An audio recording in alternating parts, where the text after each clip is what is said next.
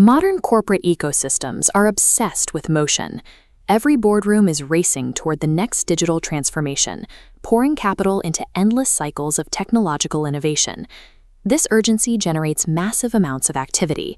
Teams churn out multi-year roadmaps, stack up investment portfolios, and draft wildly ambitious vision statements. Yet, despite all the spending in the late nights, a surprising number of these organizations are essentially running in place. They push incredibly hard, but struggle to gain any real forward momentum in the market.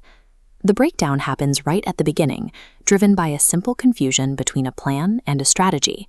A plan outlines exactly what a company intends to do. A strategy explains exactly why they chose to do it, and more importantly, why they deliberately rejected other paths. A well-documented plan guarantees that people will stay busy. But without a coherent strategy to guide that energy, businesses don't fail from a lack of activity, they fail from a fatal lack of focus.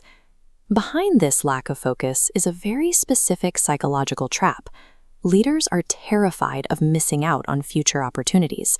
That fear drives them to try and do it all. They attempt to serve every conceivable customer segment, support every emerging business model, and integrate every new piece of technology that promises an edge.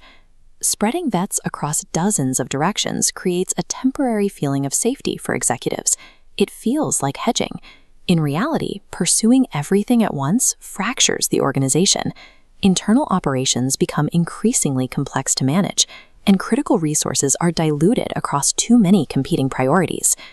We have to ask why this desperate need to keep all options open actually destroys an organization's competitive advantage. The answer lies in what an organization is willing to turn down. True strategy is defined by the things a company actively chooses not to do. It demands the discipline to look at perfectly good ideas and reject them, to give the truly great ideas the space they need to succeed. We can see the goal of this sacrifice in this scatterplot. While most competitors cluster around the same average capabilities, making deliberate sacrifices pushes an organization out into a distinctive position in the market. There is a massive difference between surviving by matching industry norms and actually winning by creating unique value that competitors simply cannot replicate. Enduring competitive strength doesn't come from a broad portfolio or endless optionality. It comes entirely from clarity and from the limitations a company places on itself. Maintaining that clarity is especially difficult right now, right in the middle of the digital transformation rush. Every week brings a new platform or trend. The sheer volume of technological options makes it easier than ever to get distracted and lose strategic focus. The enterprise architect steps in. Rather than a technical rulemaker, the architect operates as a vital filter, connecting strategic intent to daily execution. They ask of every new capability, does this advance our chosen path to victory, or just add operational complexity? Implementing new technology without applying this strict filter ensures that an organization will spend its time mindlessly chasing trends, rather than achieving actual market victories. For this discipline to work, it has to be woven into the day-to-day operational reality of the business. It is time to retire the idea that strategy is a static presentation built during an annual executive retreat, only to sit on a shelf for the rest of the year. It functions as a living system.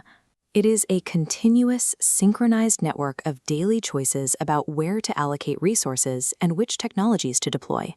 Every single budgetary request and every technological deployment will either actively reinforce this system or it will weaken it. There is no neutral ground.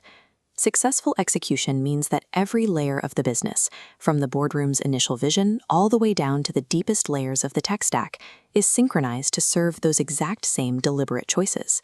We also have to account for the reality of the market.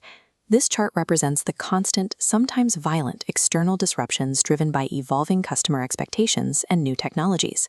Because the environment is always shifting, a highly distinctive, winning position today can easily slide into total irrelevance tomorrow. That means strategy is an ongoing process for leadership.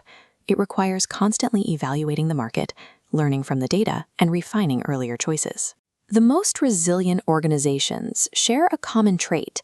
They adapt their strategic choices long before external circumstances force their hand. Looking ahead to the next decade of corporate competition, Massive budgets and raw technological power will not guarantee survival. Future success belongs strictly to those leaders who possess the absolute courage to make definitive, exclusionary strategic choices. Stop building inclusive plans designed to appease everyone. Start building an enterprise capable of achieving a singular, chosen future.